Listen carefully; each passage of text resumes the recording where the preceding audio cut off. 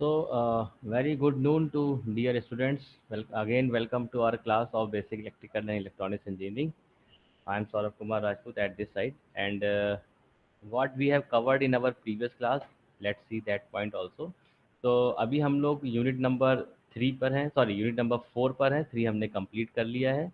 और unit number 4 में हमने ट्रांसफार्मर को कल समझा था, और ये देखा सबसे पहले स्टार्ट इस बात से किया कि ट्रांसफार्मर्स जो डिवाइसेस हैं वो किस तरह से वर्क करती हैं, ट्रांसफर डिवाइसेस की बेसिकली ज़रूरत ही क्यों है, क्यों उसको इन्वेंट किया गया, स्टेप अप और स्टेप डाउन ऐसा आपने बताया था, तो कहाँ पे उसका एप्लीकेशन होता है, क्यों करते हैं। और उसके बाद हमने उसके बेसिक डेफिनेशन को, उसके अगर सप्लाई गलती से डीसी दे देते हैं तो कैसे वर्क करेगा, ये सारे फिनोमिना, बेसिक फिनोमिना हमने समझे थे। तो इतना पार्ट हमने कवर किया था लास्ट क्लास में कि सिंगल फेज ट्रांसफार्मर से हमने स्टार्ट किया। Basic concept we have covered in our previous classes. Construction हमने ब्रीफ में कंस्ट्रक्शन देखा था कि कोर है, प्राइमरी साइड है, सेकेंडरी साइड है, वो पार्ट हमने कवर किया इसमें। वर्किंग प्रिंसिपल को हमने कवर किया था इस पार्ट पे। इसके बाद आता है ideal transformer. But before moving towards the ideal transformer, हम पहले क्या डिस्कस करेंगे, हम आज देखते हैं ट्रांसफार्मर की EMF equation. What is the EMF equation of a single phase transformer. और ये बहुत ही इम्पॉर्टेंट है। ट्रांसफार्मर की ईएमएफ इक्वेशन पेपर के पॉइंट ऑफ व्यू से भी इम्पॉर्टेंट है और एक इंजीनियर के पॉइंट ऑफ व्यू से भी काफ़ी इम्पॉर्टेंट है कि ट्रांसफार्मर की ईएमएफ इक्वेशन क्या होगी। तो हमारा आज का टॉपिक स्टार्ट होगा EMF equation of transformer. Okay, the topic is EMF equation, EMF equation of transformer. जब मैं EMF इक्वेशन ऑफ ट्रांसफार्मर की अगर बात करता हूँ तो ठीक है, मैं कोई इक्वेशन डराइव करने जा रहा हूँ, करूँगा, उसके बारे में यहाँ पे आपको रिजल्ट मिलेगा। लेकिन ये ट्रांसफार्मर की EMF इक्वेशन जो जिसके हम डेरिवेशन को करने की बात कर रहे हैं, वो EMF कौन सा EMF है, कहाँ पर वो प्रोड्यूस हो रहा है, हमें पहले उस बात को समझना है, उसके बाद हम वो मैथमेटिकल डेरिवेशन करेंगे। तो मैं पहले पूरा लिख देता हूँ EMF इक्वेशन ऑफ ट्रांसफार्मर। अब ट्रांसफार्मर की अगर मैं बात करूं तो आप बोलोगे सर ट्रांसफार्मर में आपने जितना अभी तक हमको बताया या जितना आपने पहले से पढ़ा हुआ है उसको देखते हुए आप ये कह सकते हो कि सर ट्रांसफार्मर में एक प्राइमरी वाइंडिंग है, एक सेकेंडरी वाइंडिंग है, और ट्रांसफार्मर में बीच में एक कोर लगी हुई है। एक स्टेप अप करने के लिए इसको यूज़ किया जाता है, स्टेप डाउन करने के लिए यूज़ किया जाता है। तो जो ईएमएफ है वो कहाँ पे इंड्यूस होगा, किस पार्ट में इंड्यूस होगा, पहले हम उस बात को समझेंगे। तो कहता है let me draw the diagram of the transformer again. This is the core of the transformer, जो कि हम एक लेते हैं जो कि म्यूचुअल पार्ट है, mutual part between the primary circuit, that is the primary side, and the secondary side. We have taken this core. This is the core of a transformer. तो अगर मैं इसके नाम भी लिखता चलूँ जिससे कि आपको कंस्ट्रक्शन के पार्ट पे दिक्कत ना हो, this is the transformer core. और इसको ये क्या है, मैग्नेटिक कोर है। This is the magnetic core of a transformer.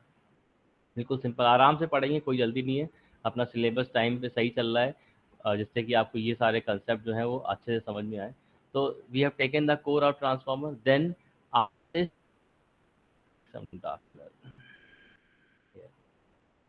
अब हमने यहाँ पे एक प्राइमरी वाइंडिंग लिया, यहाँ पे मैंने प्राइमरी वाइंडिंग को यहाँ पे दिया, तो ये प्राइमरी वाइंडिंग है ट्रांसफार्मर की, प्राइमरी वाइंडिंग जहाँ पर हम सप्लाई को इंसर्ट करते हैं, सप्लाई साइड लगाते हैं, that part is the primary winding. यहाँ मैं लिख देता हूँ this is the primary side, या फिर इसको बोलते हैं प्राइमरी वाइंडिंग,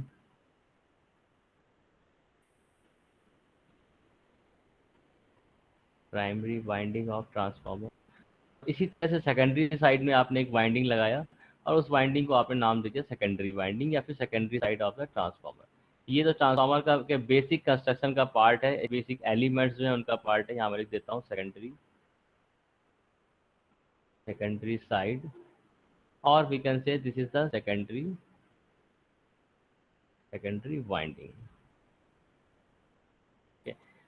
इसके बाद अब देखिए, जो मेरा क्वेश्चन था कि हम ट्रांसफार्मर की जो ईएमएफ इक्वेशन की बात कर रहे हैं वो ईएमएफ इक्वेशन कहाँ पर होगा।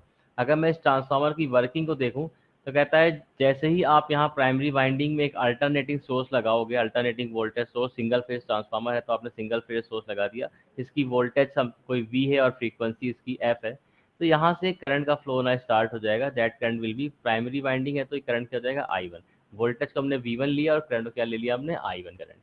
अब इसकी वजह से यहाँ पे क्या होगा, एक फ्लक्स प्रोड्यूस होगा, म्यूचुअल फ्लक्स प्रोड्यूस होगा, और म्यूचुअल फ्लक्स की वजह से यहाँ पर सेकेंडरी वाइंडिंग में एक ईएमएफ इंड्यूस होगा, और उस E2 की वजह से यहाँ पर एक करंट का फ्लो स्टार्ट हो जाएगा, जिस करंट को हम नाम देते हैं I2।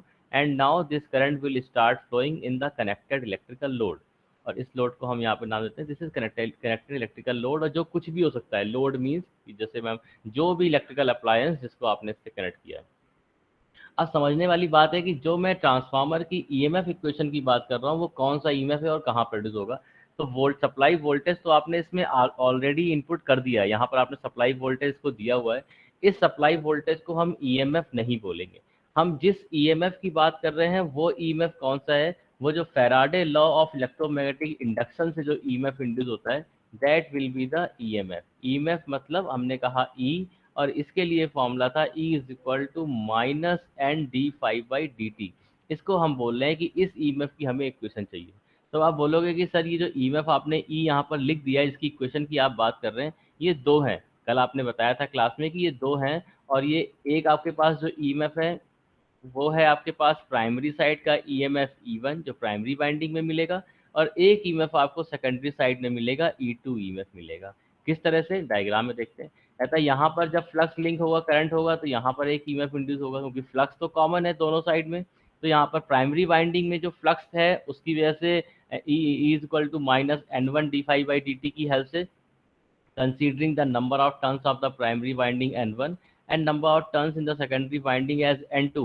So N1 d∅ by dt will be the EMF E1 and N2 d∅ by dt will be the EMF E2। मतलब जो EMF इंड्यूस हो रहा है वो EMF ट्रांसफार्मर के दो पार्ट में इंड्यूस हो रहा है, प्राइमरी वाइंडिंग में भी इंड्यूस हो रहा है, सेकेंडरी वाइंडिंग में भी इंड्यूस हो रहा है। अब आप बोलोगे सर यहाँ पे जिस पार्ट को मैं अभी यहाँ पे ड्रॉ कर रहा हूँ, यहाँ पर कोई EMF इंड्यूस नहीं होगा क्या? कहता है प्राइमरी और सेकेंडरी के बीच का वो पार्ट जहाँ पर कोई भी बाइंडिंग नहीं है, जैसे मैंने बात करी इस वाले पार्ट से लेकर के इस वाले पार्ट तक, यहाँ पर कोई बाइंडिंग नहीं है, तो यहाँ पर जो ईएमएफ इंड्यूस होगा वो हमारे किसी काम का नहीं होगा, equal to d∅ by dt की हेल्प से। और यहाँ पे नंबर ऑफ टर्न्स भी नहीं आ रहे हैं, तो फॉर्मूला जो हमारा होता है minus n d∅ by dt। तो there is no number of turns in this part, there is no number of turns in this part. तो कोर का वो पार्ट जहाँ पे नंबर ऑफ टर्न्स आपने नहीं लगाए हैं, तो वहाँ पर ईएमएफ इंड्यूस अगर होता है वही चीज़, तो नंबर ऑफ टर्न्स नहीं होने की वजह से ईएमएफ इंड्यूस नहीं होगा। लेकिन प्रैक्टिकल सिचुएशन में अगर कोई ईएमएफ इंड्यूस होता है तो उसका मैग्नीट्यूड काफ़ी कम होगा, और वो जो ईएमएफ इंड्यूस होगा वो हमारे किसी काम का नहीं होगा, क्योंकि हमें जो ईएमएफ इंड्यूस करना है वो वाइंडिंग में करना है। Overall basically the thing is that there will be two EMF, one EMF will link with the primary winding and second EMF will link with the secondary winding। there will be two EMF E1 and E2। उस बात को हमने यहाँ पर देखा, मैं यहाँ पर लिख देता हूँ E1 और E2 के लिए। E1 के लिए फॉर्मूला हमने कल देखा था minus N1 d∅ by dt, और E2 के लिए जो फॉर्मूला था वो था minus N2 d∅ by dt। अब यहाँ तक आए तो जब ये ईएमएफ इक्वेशन की जब बात करेगा तो कहता है ईएमएफ इक्वेशन के लिए जो मैं फॉर्मूला कंसीडर करूंगा, equation derivation minus n d∅ by dt। कहता है कि जब हम जो डेरिवेशन करेंगे वो minus n d∅ by dt को लेकर के सॉल्व करेंगे, और जो भी रिजल्ट आएगा उसमें वैल्यू को जब हम N1 पुट कर देंगे तो वो ईएमएफ E1 हो जाएगा, जब वैल्यू हम N2 पुट कर देंगे तो वो ईएमएफ E2 हो जाएगा। तो आप किसी भी नोट्स में, किसी भी बुक में कहीं पे आप डेरिवेशन देखेंगे तो वो डेरिवेशन ना तो E1 के लिए किया गया होता है ना ही E2 के लिए किया गया होता है। एक general E is equal to n d∅ by dt के लिए डेरिवेशन किया जाता है, जिसे कि क्योंकि दोनों पाथ सेम है, फ्लक्स दोनों में कॉमन है, फ्लक्स चेंज नहीं हो रहा है, चेंज केवल नंबर ऑफ टर्न्स हो रहे हैं। तो कहता है लास्ट में जो भी इक्वेशन जनरल इक्वेशन बन करके आएगी उसमें हम N1 पुट कर देंगे तो E1 की वैल्यू मिल जाएगी, N2 पुट कर देंगे तो E2 की वैल्यू मिल जाएगी। कहता है ठीक है, इस बात को लेके चलते हैं। तो यहाँ पे स्टार्ट करते हैं। We know that E is equal to minus n d∅ by dt। This is equation number 1। ठीक है, अब कहता है फ्लक्स क्या होगा। कहता है कि हमने एज्यूम किया, हम एज्यूम करते हैं कि फ्लक्स की जो इक्वेशन है that equation is phi is equal to phi m sine of omega t. हमने ये फ्लक्स की इक्वेशन को एज्यूम किया और उसको नाम दिया इक्वेशन नंबर 2। अब आप बोलोगे सर आपने ये फ्लक्स की इक्वेशन कैसे एज्यूम कर ली, अपने मन से ही एज्यूम कर ली। वो इक्वेशन हमने इस तरह से एज्यूम करी क्योंकि हमने लास्ट क्लास में और लास्ट क्लास में इस बात को देखा था कि जब हम अपने ट्रांसफार्मर में या फिर किसी भी मैग्नेटिक सर्किट में अगर सप्लाई एसी देते हैं तो करंट एसी नेचर का होता है, अल्टरनेटिंग नेचर का होता है, उसकी वजह से मैग्नेटोमोटिव फोर्स अल्टरनेटिंग नेचर का होता है और जो फ्लक्स बनता है वो भी अल्टरनेटिंग नेचर का होता है। और अगर हम सप्लाई सोर्स अगर डीसी देते हैं, अगर वोल्टेज सोर्स एक कांस्टेंट वैल्यू का डीसी सोर्स है, तो वोल्टेज अगर कांस्टेंट तो करंट कांस्टेंट तो मैग्नेटोमोटिव फोर्स कांस्टेंट, अगर मैग्नेटोमोटिव फोर्स कांस्टेंट तो फ्लक्स भी कांस्टेंट। तो अगर हम ट्रांसफार्मर की बात करें तो कल हमने क्लास को एंड किया था कि ट्रांसफार्मर डीसी सप्लाई डीसी पे वर्क नहीं करेगा, इसलिए हमने आज ट्रांसफार्मर को सप्लाई जो दी वो अल्टरनेटिंग सप्लाई दी, एसी सप्लाई दी, और इसके वोल्टेज को हमने V1 वोल्टेज दिया। जब हमने अल्टरनेटिंग सप्लाई दिया तो कहता है अगर अल्टरनेटिंग सप्लाई है V is equal to VM sine omega t, तो करंट भी साइन ओमेगा टी में ही होगा और फ्लक्स भी साइन ओमेगा टी में होगा। Sign omega t plus minus five कुछ हो सकता है, लेकिन हमने यहाँ पर एज्यूम किया, इसलिए लेट लिखा हुआ है। We are assuming that the flux which is being produced by the supply source connected with the transformer is having the equation of phi is equal to phi m sin of omega t. This part is okay now. अब इसका कहता है कि now put the value of phi from equation 2 to equation number 1. देता हूँ, put the value of phi from equation number 2 to equation number 1। Equation number 2 से equation number 1 में हम इस वैल्यू को पुट कर देते हैं। अब जैसे ही इस वैल्यू को हम इक्वेशन नंबर 2 से उठा के इक्वेशन नंबर 1 में पुट करेंगे तो इक्वेशन क्या बन जाएगा, now this equation will become E is equal to minus n d d t of phi, और फाई की वैल्यू को हमने एज्यूम किया है phi m sine of omega t. यहाँ तक तो कंसेप्ट था जो मुझे आपको बताना था। अब स्टार्ट हो जाएगी मैथमेटिक्स जो आप लोग की बहुत ही बेहतर है। E is equal to minus n, अब d d t of phi m sine omega t करेंगे तो phi m is a constant value, ये बाहर आ जाएगा। उसके बाद d d t of sine omega t करेंगे तो क्या आ जाएगा, कॉस ऑफ ओमेगा टी, और d d t of omega t जब करेंगे तो मल्टीप्लाई में क्या मिलेगा आपको, ओमेगा मिलेगा। सबको ये बेसिक रूल पता है मैथमेटिक्स का। और यहाँ से E की वैल्यू मिलेगी E is equal to minus n phi m into omega cos of omega t.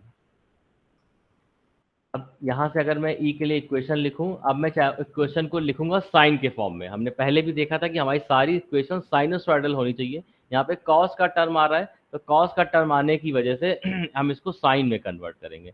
जब साइन में कन्वर्ट करेंगे तो ये हो जाएगा एन फाई एम ओमेगा, और माइनस साइन को भी अगर अंदर एडजस्ट करते हुए चले तो मैं डायरेक्टली देता हूँ n phi m omega sine of omega t minus pi by 2, ये आएगा।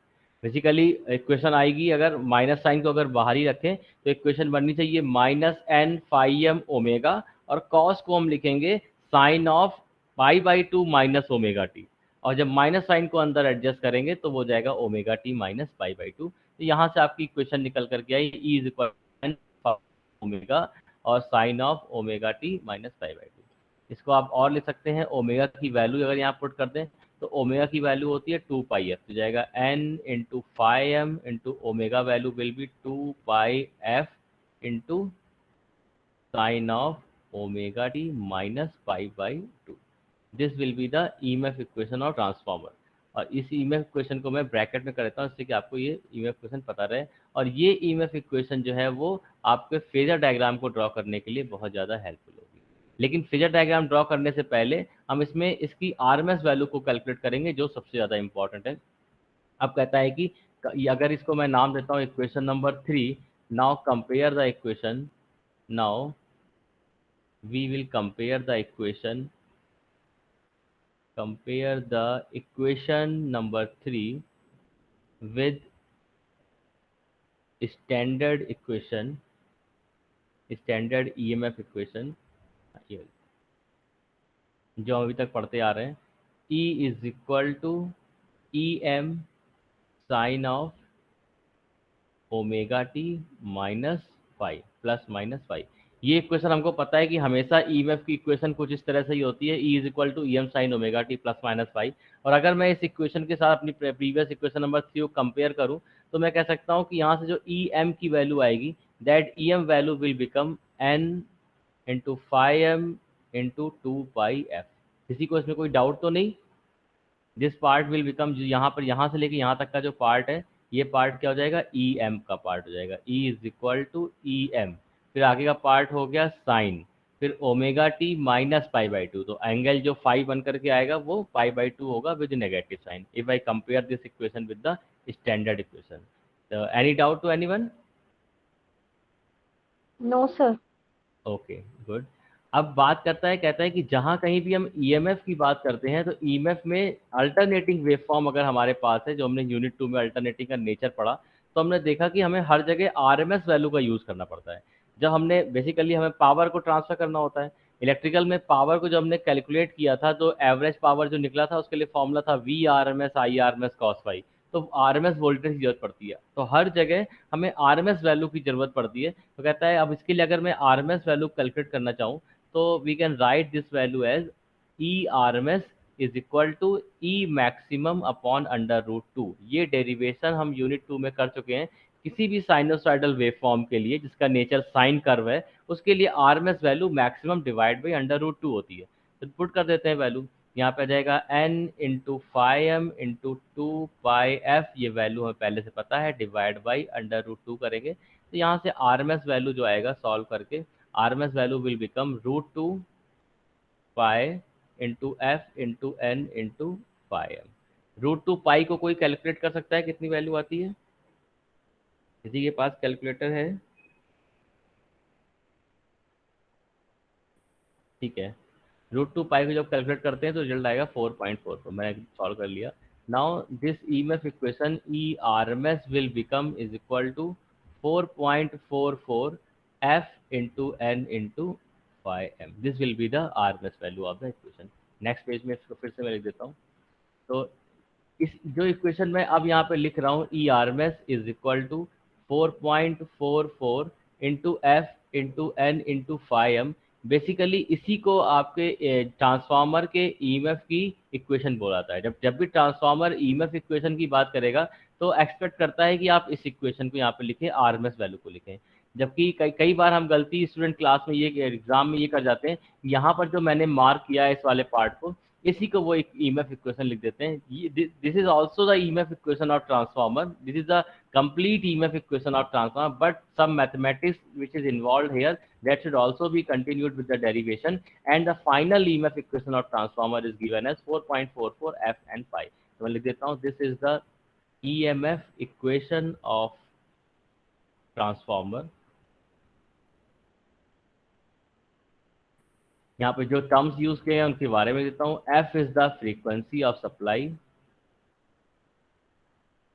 frequency of supply, वोल्टेज या करंट जो भी आप चाहें, सप्लाई वोल्टेज। उसके बाद n is the number of turns, number of turns of winding. phi m is the mutual flux, maximum value of the mutual flux, maximum value of mutual flux।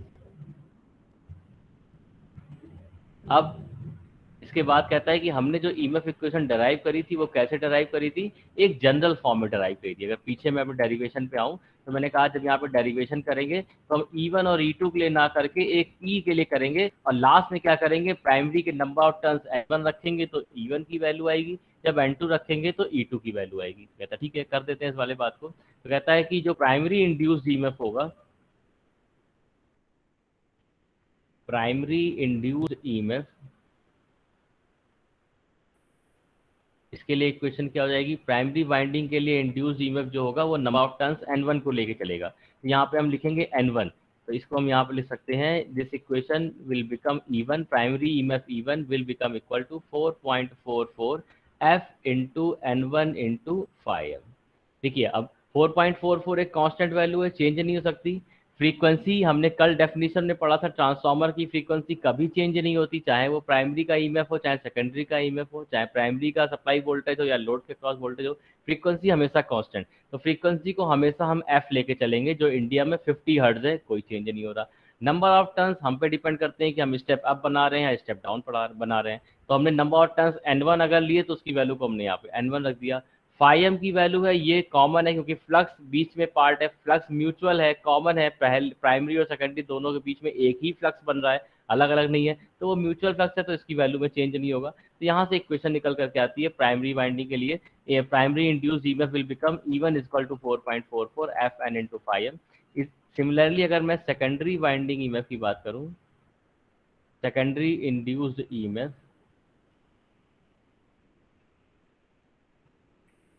Then secondary induced EMF के लिए क्या result हो जाएगा, this will named as the E2 and it will have the value 4.44 F into N2 into 5m. This will be the equation. So I think the EMF equation, the derivation for the EMF equation of the transformer will be okay to all of you. Any doubt? Anyone having any doubt? Okay ठीक है, तो next चलते हैं। इसके बाद EMF equation हमने complete कर लिया। नाउ कम इसके बाद voltage ratio and come to the current ratio. Next is the voltage ratio. ये वोल्टेज रेशियो वाली जो चीज़ है वो हम पहले कर चुके हैं, लेकिन फिर भी क्योंकि डेरिवेशन का पार्ट है तो मैं लिख देता हूँ फिर से। वोल्टेज रेशियो, आपने एक ट्रांसफार्मर का एक्सपेरिमेंट भी शायद परफॉर्म कर लिया है, voltage ratio of transformer, voltage ratio of transformer, ये एक्सपेरिमेंट कर लिया आप लोगों ने लैब में? वोल्टेज रेशियो कर लिया ना, ठीक है। वोल्टेज रेशियो और ट्रांसफार्मर जो आपने टेस्ट परफॉर्म किया था उसमें क्या था, सिंपल था। आपके पास एक ईएमएफ E1 है और एक ईएमएफ E2 है, तो इन दोनों को अगर मैं डिवाइड कर दूं तो ये है 4.44 F into N1 into 5M divided by 4.44 F into N2 into 5M। तो 4.44 will cancel out, frequency will cancel out, 5M will cancel out, and it will become equal to N1 divided by N2. So voltage ratio of transformer is given as E1 upon E2 is equal to N1 upon N2. N1 upon N2, इस पे कुछ numericals बन जाते हैं, objective numerical, और experiment भी हमने करके इसको देखा था लैब में कैसे होता है। अब इसके बाद सेकंड आता है करंट रेशियो ऑफ ट्रांसफार्मर। अभी सिंपल है, now right the current ratio of transformer. और मुझे लगता है आप लोग शायद ये 12th में पढ़ भी चुके होंगे शायद, not the sure. Current ratio of transformer, ठीक है। if we write the derivation for the current ratio of the transformer, then what will happen?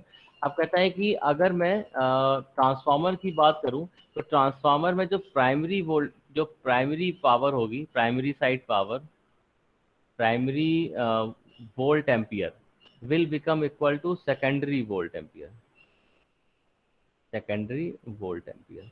Volt ampere मतलब ये है कि हमने पावर जो पढ़ी थी, ये हमारे पास एपरेंट पावर थी, वोल्टेज मल्टीप्लाइड बाई करंट, उसको हमने वोल्ट एम्पियर लिखा हुआ है। S1 हम नाम सकते हैं S1, और सेकेंडरी साइड जो आपके पास पावर होगी एपरेंट पावर, उसको हम S2 लिख देते हैं, क्योंकि अभी हमारे पास पावर फैक्टर का टर्म नहीं आया है, क्योंकि सप्लाई को ट्रांसफर कर रहा है, तो लोड कनेक्टेड अभी हम नहीं है, हम ऐसा मान रहे हैं कि तो उसमें नेचर के हिसाब से इंक्लूड होगा। Primary volt ampere secondary volt ampere के इक्वल कर दिया, और वोल्ट एम्पियर को हमने एस से डिनोट किया था, तो S1 will become equal to S2। तो अब इसके लिए एस के लिए अगर आप फॉर्मूला लिखोगे तो आप लिखोगे जो पावर एपरेंट पावर एस थी, इसके लिए फॉर्मूला था V इंटू आई। प्राइमरी साइड के लिए हो जाएगा V1 इंटू I1, और सेकेंडरी साइड के लिए क्या हो जाएगा V2 इंटू I2।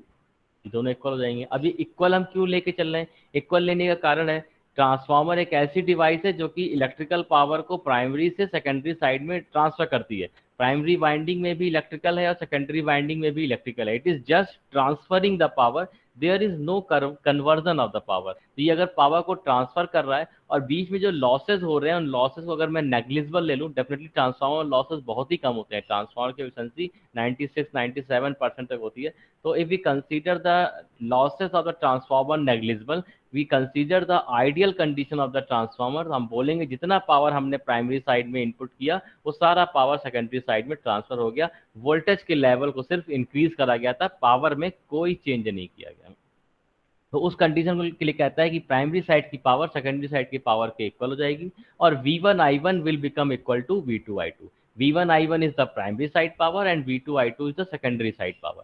कहता है कि जो V1 है, तो अगर मैं इस डायग्राम को यहाँ पर देखूँ, now come to the diagram of the transformer, diagram okay. कहता है कि ये आपने वोल्टेज यहाँ पर लिखा हुआ, this voltage is V1 voltage, ये जो वोल्टेज यहाँ पर है वो E1 है, और यहाँ पर वोल्टेज E2 है, और यहाँ लोड के अक्रॉस जो वोल्टेज होगा वो V2 वोल्टेज होगा। कहता है क्योंकि V1 और E1 एक दूसरे के साथ पैरेलल में है तो इनको हम इक्वल ले सकते हैं आइडियल में, E2 और V2 एक दूसरे के साथ पैरेलल में है तो इनको हम इक्वल ले सकते हैं। अगर लॉसेस नहीं हो रहे हैं, अगर वोल्टेज का ड्रॉप नहीं हो रहा है, तो simply we can write this value as V1 voltage will become equal to E1 voltage, and the current will remain I1. It will become equal to the V2 will be equal to the E2, and it will equal to the I2. Current will remain same as the I2. From here we can write here as E1 upon E2 is equal to sorry, I2 upon I1. Simple mathematics. E1 upon E2 is equal to I2 upon I1. और E1 upon E2 के लिए हम derivation पहले कर चुके हैं voltage ratio में। E1 upon E2 की वैल्यू क्या थी यहाँ पे, N1 upon N2। तो इस वैल्यू को अगर मैं यहाँ पुट कर दूँ तो it will become equal to N1 upon N2 value. तो अब यहाँ पर जो रिलेशन निकल करके आता है वो निकल करके कुछ इस तरह से आता है कि N1 upon N2 is equal to E1 upon E2 is equal to I2 upon I1। इस तरह ये रिलेशन यहाँ पर निकल करके आता है। ये बात सबको समझ में आई? ये बात समझ में आई सभी यस को, सर। किसी को ओके। अब देखिए इसमें एक डाउट है, जो मतलब मुझे डाउट जब मैंने पढ़ा था, या जब डाउट आया था उस टाइम पर, अगर मैं उस डाउट को डिस्कस करूं, एक जनरल सा डाउट कि ट्रांसफार्मर में हम वोल्टेज को बढ़ाते हैं, अगर हमने वो स्टेप अप किया तो वोल्टेज के लेवल को बढ़ा दिया, या तो स्टेप डाउन किया तो वोल्टेज के लेवल को रिड्यूस कर दिया। तो वोल्टेज के लेवल को बढ़ा दिया मतलब क्या हम पावर को भी बढ़ा रहे हैं? क्योंकि पावर क्या होता है, P is equal to V into I होता है। अगर मान लीजिए मैं स्टेप अप ट्रांसफार्मर की बात कर रहा हूँ, मैंने वोल्टेज के लेवल को डबल कर दिया, स्टेप अप में अगर 220 दिया प्राइमरी साइड में, और सेकेंडरी में मैंने 440 वोल्ट ले लिया, तो इसके रिस्पेक्ट में क्या पावर भी डबल हो जाएगी? और अगर पावर डबल हो जाएगी वाकई में, तो ये इतना आसान अगर है पावर को डबल करना, तब तो फिर हमें जितने पावर की रिक्वायरमेंट है हम ट्रांसफार्मर को ही यूज़ करें और पावर को इंक्रीज करते जाएं।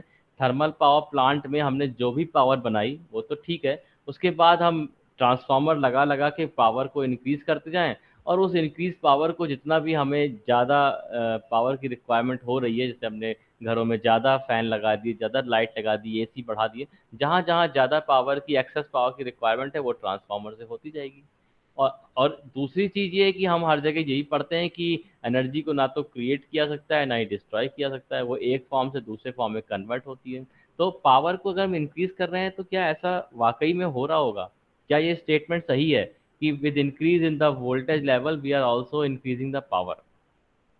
overall I want to know कि what will happen to the power in the case of the transformer। क्या कोई इसमें कुछ कमेंट कर सकता है, या किसी को कोई कहना है इस बारे में? क्वेश्चन ही लिख देता हूँ, इन case of step up transformer. ये डाउट आना चाहिए क्लास में, दिमाग में आना चाहिए, इसलिए मैंने लिखा हुआ in case of step up transformer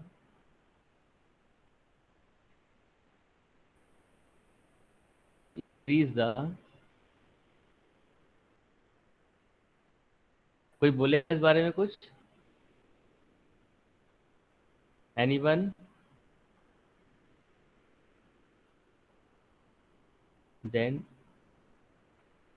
does power also increases or not? Increases or, कोई भी, anyone from the class?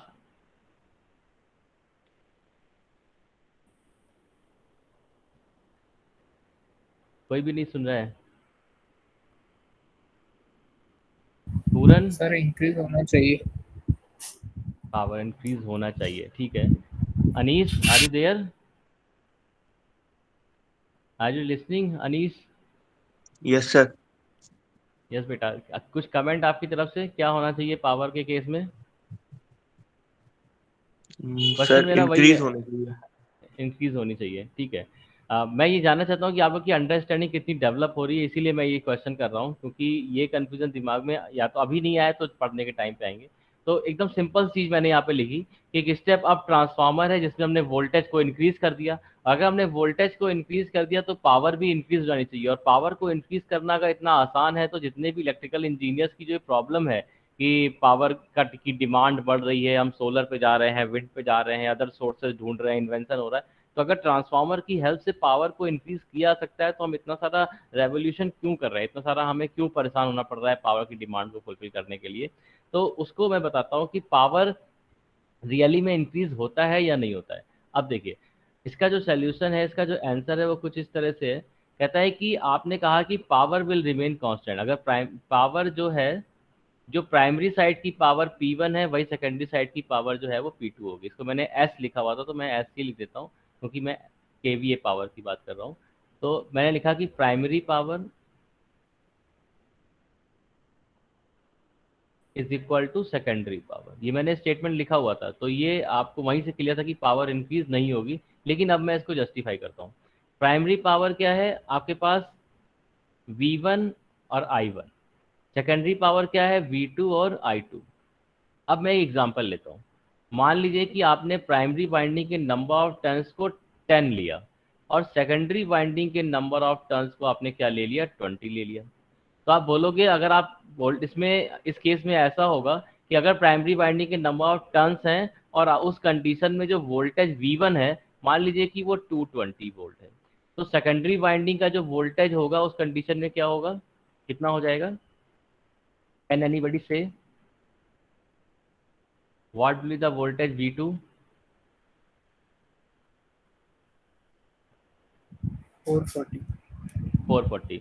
तो यहाँ पर अगर मैं 440 है। वोल्टेज V2 कैलकुलेट अगर मैं करता हूँ तो ये क्या हो जाएगा? डबल हो जाएगा, 2 × V1 हो जाएगा, क्योंकि यहाँ पे हमने नंबर ऑफ टर्न्स को डबल किया, we are increasing the number of turns, और डबल हो जाएगा तो 440। तो इसको सिंपल फॉर्मूले से भी कैलकुलेट कर सकते थे कि V1/V2 is equal to N1/N2। इस वाले फॉर्मूले में वैल्यू वगैरह आप पुट करिएगा, सॉल्व करिएगा तो 440 आ जाएगा। ये बात ठीक है। अब हम आते हैं इस वाले पार्ट पर, इस वाली इक्वेशन को देखते हैं। Now come to this equation. और इस इक्वेशन की हेल्प से अगर मैं यहाँ कैलकुलेशन करूँ, कहता है V1 I1। V1 की वैल्यू आपने कहा था 220, I1 की वैल्यू आपको नहीं पता अभी, V2 की वैल्यू आपने कहा 440 हो गई, नंबर ऑफ टर्न्स को डबल कर दिया, तो अब I2 हमें देखना है। यहाँ से हम I1 और I2 में जरा रिलेशन देखते हैं, तो कहता है कि I2 की जो वैल्यू होगी वो कितनी हो जाएगी? 0.5 I1 हो जाएगी। आप चाहे सॉल्व करके देखिए, I2 की वैल्यू जो होगी वो I1 डिवाइड बाई 2 आएगी, 0.5 I1 होगी बाई द कैलकुलेशन।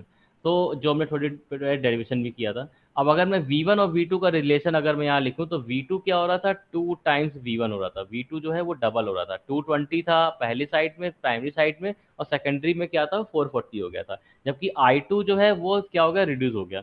मतलब कहने का ये है कि कोई भी ट्रांसफार्मर, अगर हम स्टेप अप ट्रांसफार्मर बना रहे हैं, अगर हम उसमें वोल्टेज को डबल कर रहे हैं, V2 को 2 टाइम्स V1 कर रहे हैं, तो उसके रिस्पेक्ट में करंट जो है वो हाफ हो जाएगी।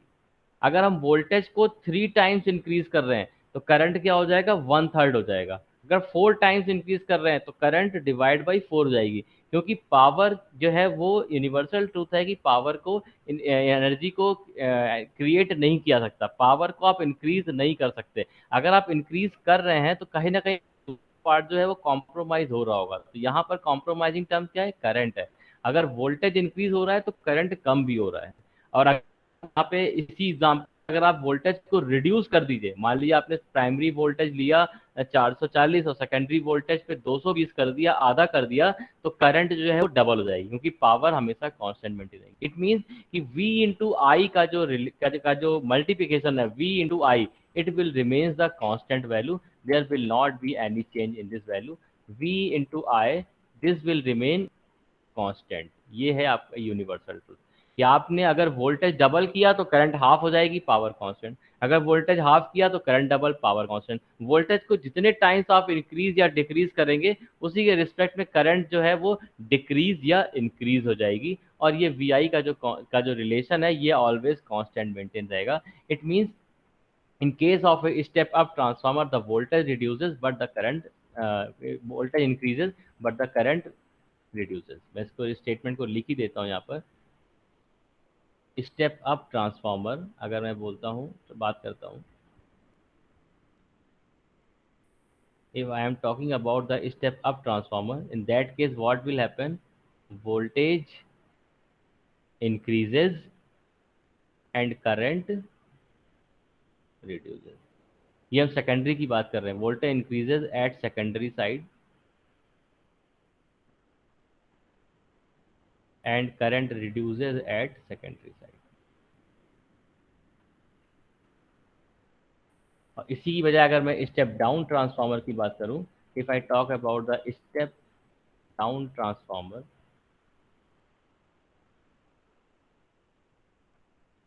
This is the step down transformer. सबको पता है कि स्टेप डाउन ट्रांसफार्मर में जो वोल्टेज है, वोल्टेज सबको पता है कि स्टेप डाउन में वोल्टेज क्या होता है? रिड्यूस हो जाता है.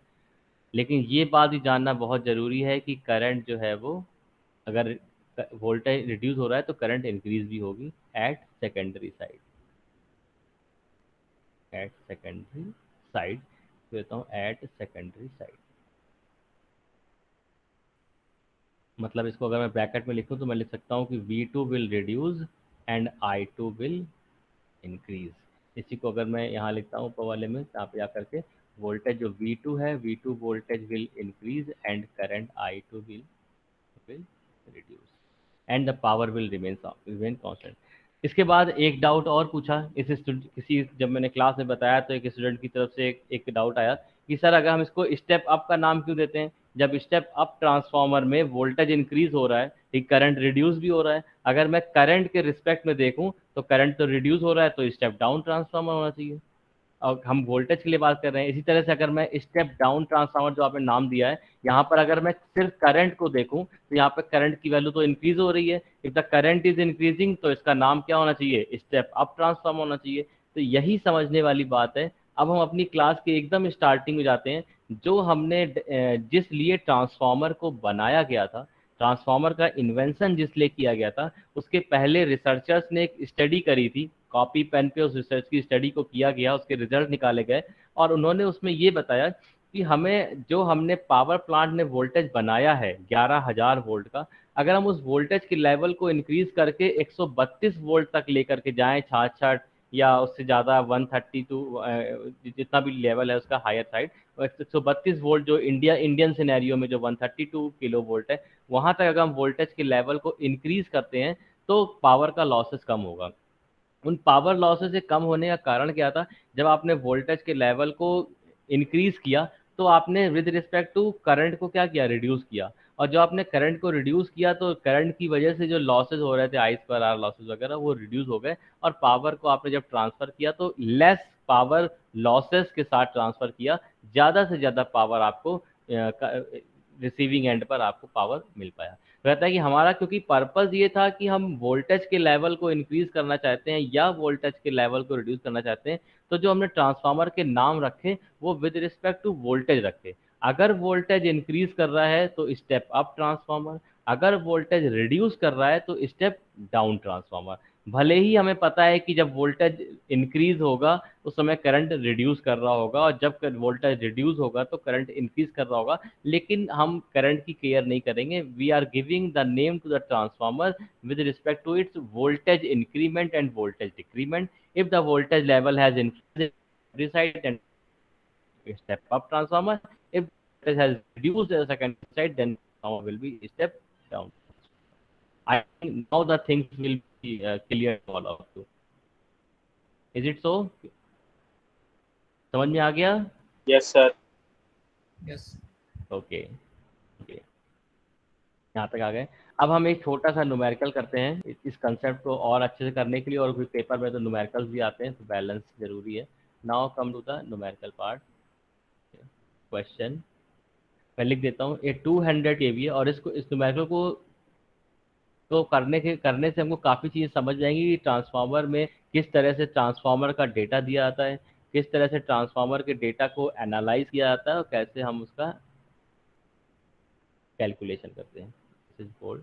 ए 200 kVA 3300 by 240 volt 50 hertz single phase transformer. Single phase transformer has 80 turns. जब तक मैं लिख रहा हूँ तब तक आप इसको एक बार पढ़ते रहिए, देखिए क्या क्या डेटा आपको समझ में आ रहा है कि क्या आपके काम का है। Turns on secondary side, secondary winding, then calculate number one primary and secondary current. Number 2, maximum value of the flux.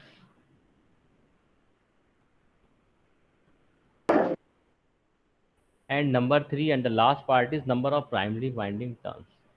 Number of primary winding turns. ये आ गया, ठीक है।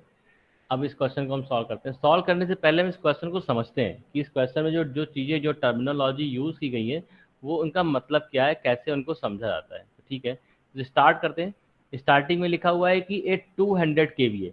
केवीए क्या है, ये ट्रांसफार्मर की रेटिंग है कि ट्रांसफार्मर की कितने रेटिंग का ट्रांसफार्मर है, उस ट्रांसफार्मर की कैपेसिटी क्या है, उस ट्रांसफार्मर की पावर रेटिंग क्या है, और यहाँ पर केवीए पावर दिया है। तो केवीए पावर आपको याद होगा, मैंने 3 तरह की पावर बताई थी, real power, reactive power, apparent power. Real power की यूनिट क्या थी, वॉट थी। रिएक्टिव पावर की यूनिट थी वोल्ट एम्पियर रिएक्टिव, VAR। और एपरेंट पावर की यूनिट क्या थी, वोल्ट एम्पियर। तो ट्रांसफार्मर की रेटिंग हमेशा एपरेंट पावर में दी जाती है, केवीए पावर में दी जाती है। तो यहाँ पर आप लिखोगे ट्रांसफार्मर की जो रेटिंग है, rating of the transformer, rating of transformer is equal to 200 kVA. 200 kVA को मैं लिख सकता हूँ 200 इंटू 10⁻³ वोल्ट एम्पियर। ठीक है, कि किलो, जो किलो है, के मीन्स किलो, किलो मीन्स 10⁻³ उसकी। ये तो हो गया फर्स्ट टर्म।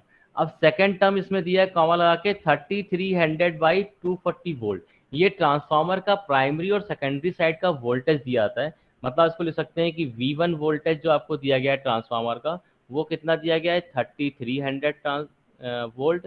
और जो V2 वोल्टेज दिया गया है वो कितना दिया गया है, 240 volt.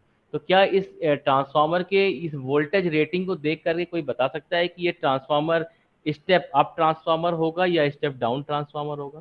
Can anybody say? Sir step up.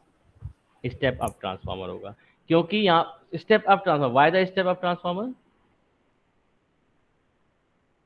Y step up transformer? Sir primary voltage ज़्यादा है। देखिए यहीं से कंफ्यूजन होता है, डाउट होता है। वो आपने गलत आंसर दिया।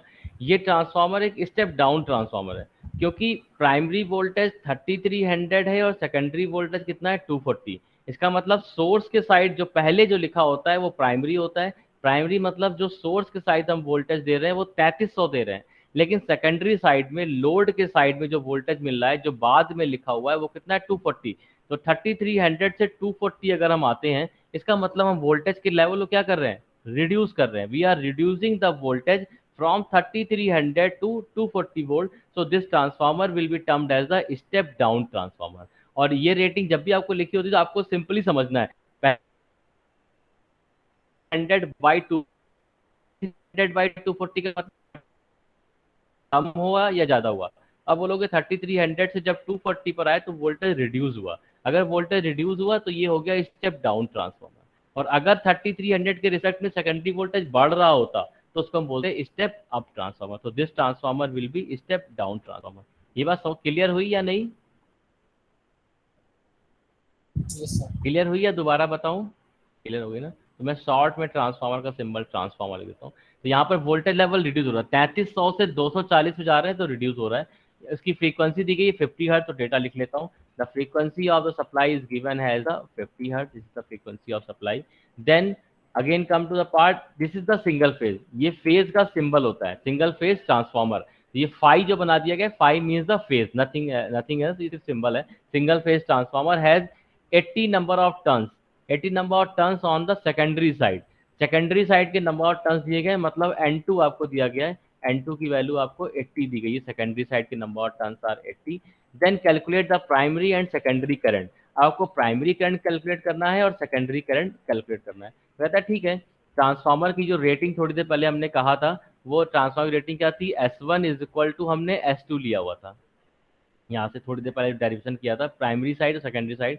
और इसको हम लिख सकते हैं ट्रांसफार्मर की केवीए रेटिंग, नॉट द के बल्कि वीए रेटिंग, वीए रेटिंग। ये पहला न्यूमेरिकल है, आपको समझना पड़ेगा और कुछ चीज़ों को ध्यान रखना पड़ेगा। तो हम यहाँ से सकते हैं कि ट्रांसफार्मर की जो रेटिंग है S1 is equal two volt ampere rating of transformer, और जो S2 होगा this will also become equal two volt ampere rating of transformer, क्योंकि पावर दोनों साइड सेम है, चाहे वो प्राइमरी का S1 हो चाहे वो सेकेंडरी का S2 हो, दोनों जगह पावर सेम रहेगी, पावर ना इंक्रीज होगी ना पावर डिक्रीज होगी। और वो पावर जो दी गई है वो वोल्ट एम्पियर रेटिंग में दी गई है। वो वोल्ट एम्पियर रेटिंग जो है वो 200 गुना 10⁻³ वोल्ट एम्पियर रेटिंग दी गई है। तो यहाँ से आप लिख सकते हो कि S1 की वैल्यू भी क्या होगी, 200 इंटू 10⁻³ और S2 की जो वैल्यू होगी ये भी होगी 200 इंटू 10⁻³, क्योंकि हम इतनी देर से यही सीख रहे हैं कि power rating will remain same, power neither will increase nor decrease. तो हमें S1 S2 की वैल्यू मिल गई।